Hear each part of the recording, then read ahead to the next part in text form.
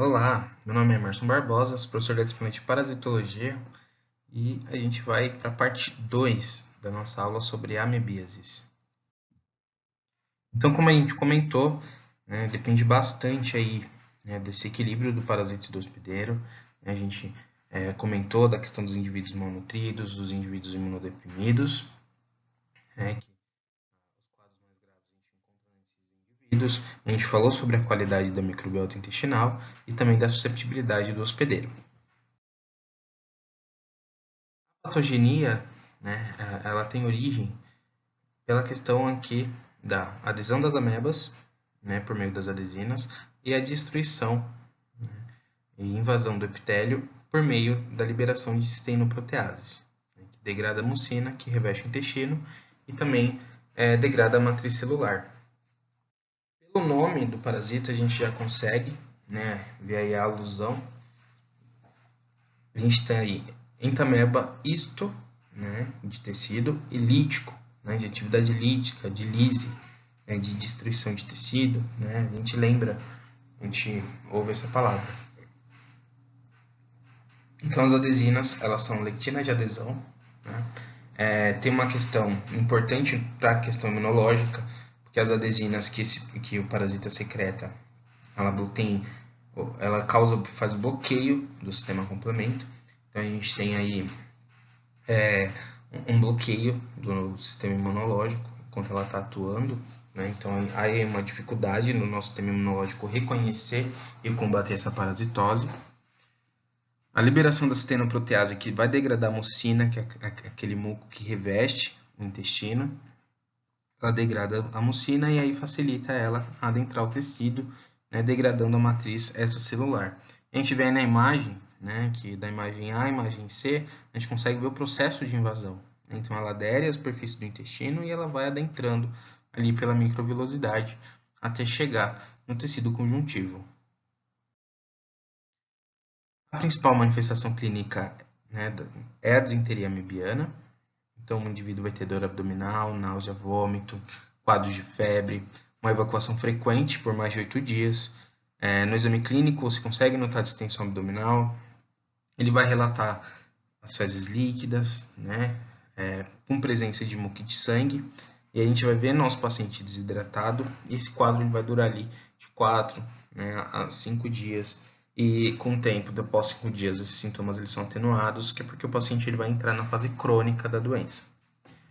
Aí essa fase ela evolui para colite amebiana crônica, onde o paciente vai ter dor abdominal, evacuação frequente, essas fezes elas podem ser diarreicas ou não.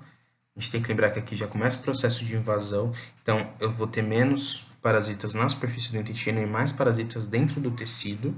Tá? E o paciente já tem fadiga e perda de peso, principalmente pelas lesões que causa, né, essas ulcerações que vai causando na superfície do intestino. Esse tecido ele vai reparar, né, vai ter reparo do tecido, porém, nessa região eu tenho uma menor absorção de nutrientes. Ou seja, dependendo da extensão dessas lesões, o indivíduo ele pode entrar num quadro, né, de síndrome de má absorção intestinal. Os grupos mais vulneráveis são crianças, gestantes, idosos e imunossuprimidos, assim como a gente falou nos slides anteriores. Dominante, a forma mais grave da doença, ela tem diversas complicações, principalmente a questão de infecções secundárias pela passagem de bactérias da microbiota, né, para o tecido. O colo, a gente vai ver que no nosso paciente que ele é repleto de úlceras, né, representado aí por esses pontinhos, né, escuros na imagem. A gente tem um risco de perfuração da parede abdominal, da parede intestinal, principalmente nas regiões que o trânsito intestinal ele é mais lento, tá? Como região cecal e região retossigmoidiana. Uma outra complicação é a apendicite causada ali pela concentração maior, né, de parasitas ali na região do apêndice. E esse quadro ele é fatal quando ele não é tratado. Então, o paciente ele sente bastante dor abdominal e também vai ter quadro de febre. E ela vai evoluindo para a forma invasiva, onde esses trofositas eles são maiores, eles são hematófagos e muito ativos. Eles se alimentam exclusivamente de sangue. Tá? Então, ele causa sangramento do intestino porque é a forma dele se alimentar. Ele vai Há úlceras, né, no intestino, e ele vai se multiplicar no interior dessas úlceras. Ali ele chega na corrente sanguínea e vai para via circulação à porta. Ele, né, após chegar no fígado, né, então ele passa do intestino grosso, vai pela circulação, chega no fígado e pela via circulação porta ele vai atingindo outros órgãos, né? Ele pode atingir pulmão e cérebro, que são né, os principais, e também tem relatos, né, de abscessos no rim e também na pele. Aqui a gente tem um esquema, né, bastante interessante, didático, dá para a gente verificar aí, né, a evolução da infecção. Então tem um indivíduo que ele fez a ingestão do cisto de entamoeba histolítica, e esse indivíduo, dependendo da carga infectante, ele pode estar infectado ou não. Tá?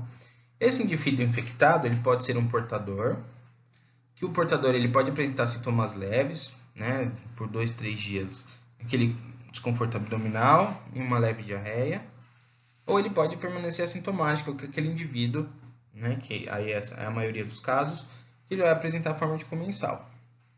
Ou ele pode apresentar, né, a forma intestinal ou extra-intestinal. Aí ele vai apresentar disenteria, né, uma disenteria grave, ele vai ficar bastante debilitado, vai ficar desidratado. Esse quadro ele pode evoluir para a forma extra-intestinal, que é quando o indivíduo pode apresentar a necrose amebiana do fígado, né, ou vai causar abscesso hepático, que pode evoluir para a necrose amebiana do fígado e também atingir outros órgãos, como o pulmão e cérebro. Lembrando que a forma infectante, a forma de resistência, né, que é a forma de resistência, a forma que a gente contrai a doença é pela ingestão do cisto, tá? Lembrando que o trofosito ele não é infectante, tudo bem? A imagem é bastante interessante, a gente tem a evolução, né, da formação das úlceras, né, no quadro aí de amebíase. Então é formada a úlcera primária, né, ocorre a invasão, né, por via das criptas ali do intestino. Então ele vai adentrando, né, por essas microvilosidades e ele vai se aprofundando no tecido. Aqui a gente observa que a lesão, né, se a gente olhar pela luz do intestino, ela é bem pequena, né? O dano maior ele está dentro do tecido, tá? E essa úlcera ela vai se estendendo, tá?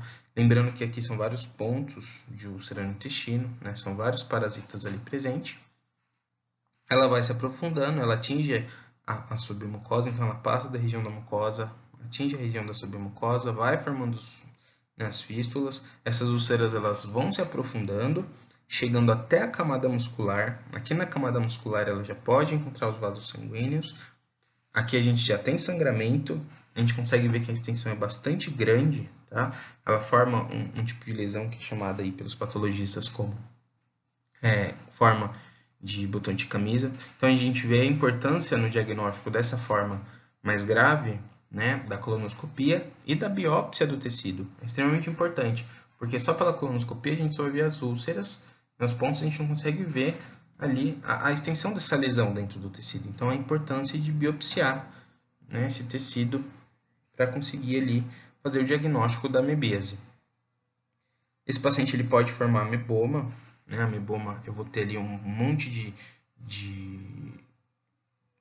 de restos celulares, de trofozoítos, né? De fluido inflamatório. E esse ameboma ele pode ir aumentando de tamanho, né? Ele pode até obstruir a luz do intestino. E aí ele invade os vasos sanguíneos e é disseminado, né? Pode chegar em qualquer local do corpo. A gente vê na primeira fileira, né, imagem de colonoscopia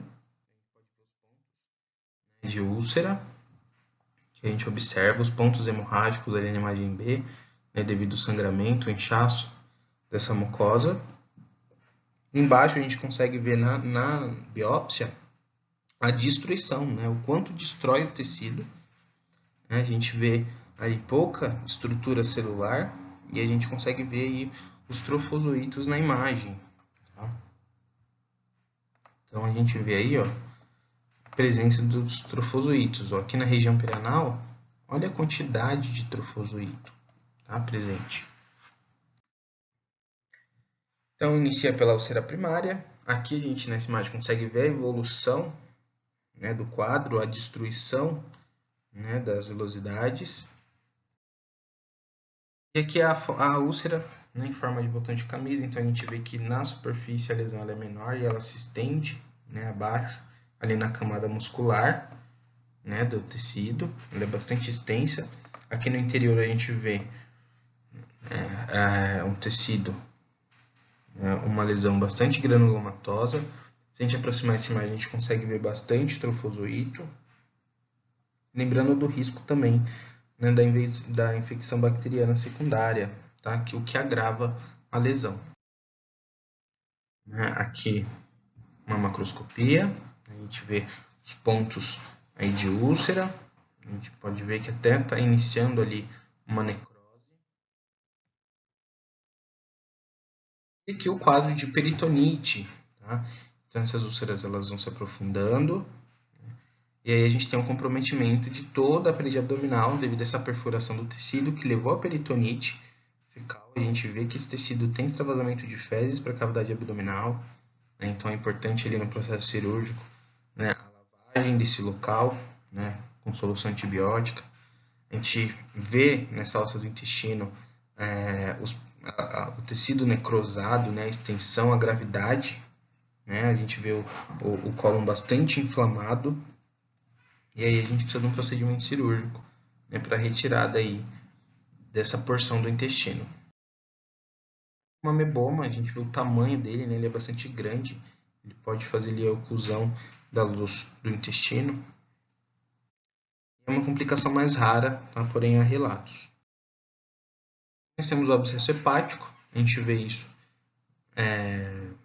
na amebiase intestinal. 1/3 dos casos é fatal, né? Esse paciente ele vai ter bastante dor, né, quadro de febre e também hepatomegalia. Então tem aumento aí do fígado. Cerca de 8% dos casos rompe para a cavidade abdominal. E também pode romper, né, para espaço pleural, né, para os espaços ali do pericárdio. E aí a gente tem os quadros fatais quando isso acontece. A gente vê o acúmulo de pus, né, no interior dessa úlcera. Desse abscesso, desculpa. Aqui nas setas, né, a gente vê, né, os abscessos que comprometem quase toda a peça. A gente tem uma imagem de tomografia.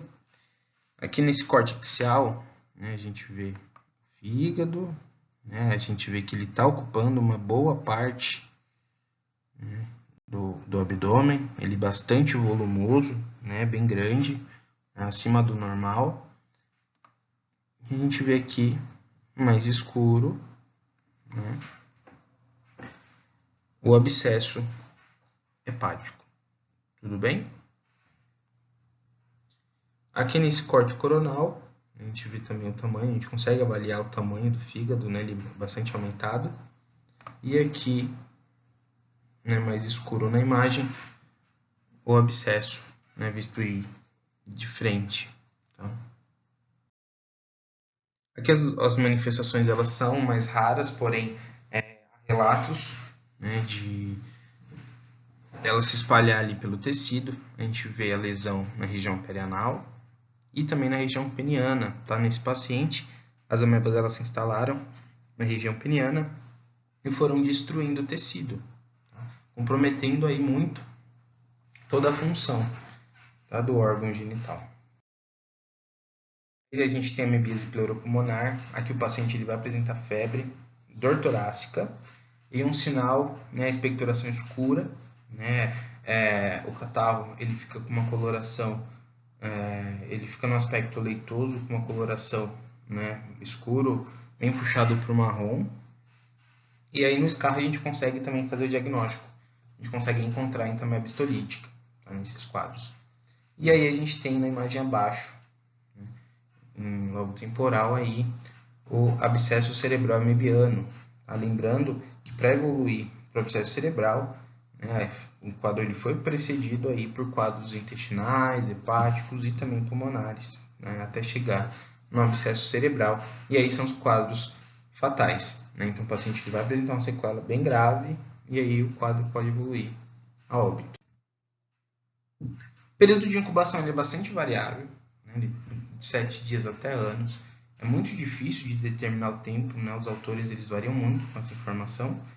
O mais comum que se sabe, pelo menos aqui no Brasil, nos estudos aí de 2 a 4 semanas, a transmissibilidade, né? Se vê que 90% dos indivíduos eles continuam eliminando, né, se não tratado, eles continuam eliminando cistos por até um ano. Tá? Esses cistos eles ficam viáveis no ambiente por até 20 dias, né? Então eles são bastante resistentes. A forma de transmissão, né, mais comum é pela ingestão, pela ingestão de alimentos, né, e água contaminada. Então a gente tem a transmissão, né, oral fecal. Existem algumas formas mais raras, tá, como a transmissão sexual pelo contato oral anal. E a gente tem várias fontes de infecção, né, água sem tratamento, verdura e fruta crua, a veiculação pelos insetos. Então, se o indivíduo ele não dá o destino correto para as fezes, pode ali acumular alguns insetos, né? Então, barata, mosca, elas andam ali por cima dessas fezes e pode pousar no alimento e contaminar o alimento. Tá? Elas veiculam esse cisto para o seu alimento. A gente tem os riscos, né, para os manipuladores de alimentos. Então, há vários trabalhos relacionando parasitose intestinal a manipuladores de alimentos. Então, tem aí esse risco, né, e essa importância para a segurança alimentar. Então, tem que prestar bastante atenção nisso. É um grupo de trabalhadores que apresentam bastante parasitose intestinal. Então, a importância aí das vestimentas, né, dos EPIs, na hora de processar os alimentos. E também, né, a questão da falta de higiene. O diagnóstico com o exame de fezes ele é mandatório. Ali a gente pode encontrar cisto trofozoito. A gente também pode fazer aspirado ou raspado, né, por meio de endoscopia. Para amebíase extraintestinal, né, o exame de fezes às vezes pode apresentar negativo. Então é importante, né, fazer os exames sorológicos. A gente tem os métodos de ELISA, hemaglutinação, teste rápido, que a gente usa quando esse exame de fezes ele dá negativo. A gente pode utilizar os exames de imagem para acompanhar esse paciente, principalmente para a gente ver a localização, né, a evolução desses abscessos. Então a gente pode utilizar raio-x, cintilografia, é muito utilizado ultrassonografia e tomografia computadorizada. Na colonoscopia, então, é importante fazer a biópsia, né, para avaliar essas úlceras. A gente também pode fazer ali, dependendo do local, né, onde tem a lesão, fazer um aspirado, fazer uma punção, né, lembrando do risco do procedimento, então deve ser avaliado o risco-benefício. Então, o exame parasitológico de fezes é interessante coletar as amostras em dias alternados, coletar no mínimo 3 amostras. A gente pode encontrar aí tanto o trofozoito quanto o cisto, né? A gente encontra trofozoitos geralmente em fezes diarreicas e cistos em fezes formadas.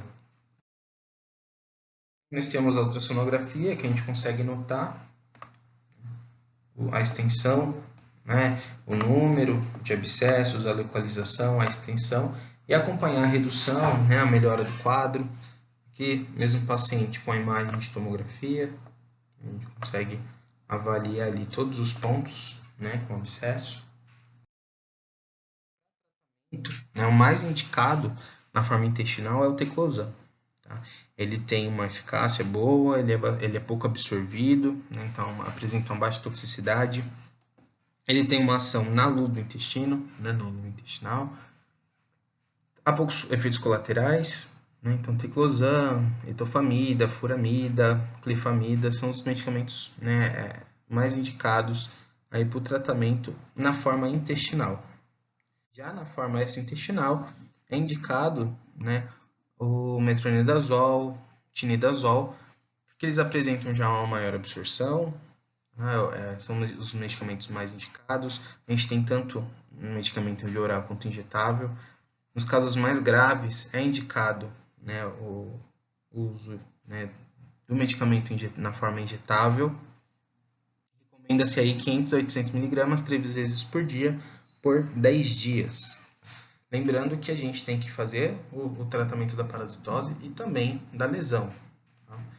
Então, se o paciente apresentar abscesso hepático, também tem que tratar o abscesso hepático, fazer a aspiração desse abscesso, né? Fazer o tratamento de forma correta. Como a gente previne? Né? Como as medidas gerais, saneamento básico, educação em saúde, né? Tratar os casos, tratar os portadores assintomáticos, principalmente os manipuladores de alimento, para evitar a disseminação desses parasitas. E aí a gente tem como forma específica, principalmente lavagem de mão e higienização dos alimentos. Então, lembrando ali do uso do hipoclorito, tá? Lembrando que o hipoclorito ele não vai apresentar tanta ação assim no cisto. Então, vem aí a importância também da lavagem na mecânica do alimento, utilizar a escovinha para lavar o alimento. A gente tem também a questão do congelamento, aquecimento do alimento, que torna esse cisto inviável, e evitar o contato fecal-oral. Muito obrigado. Né? Se tiver alguma dúvida, peço que mande e-mail. Né? Eu vou deixar aí postado o e-mail se vocês tiverem alguma dúvida, né? Alguma dúvida na resolução das atividades. Estou aí disponível. Agradeço. Tá? Se cuidem. Tchau, tchau.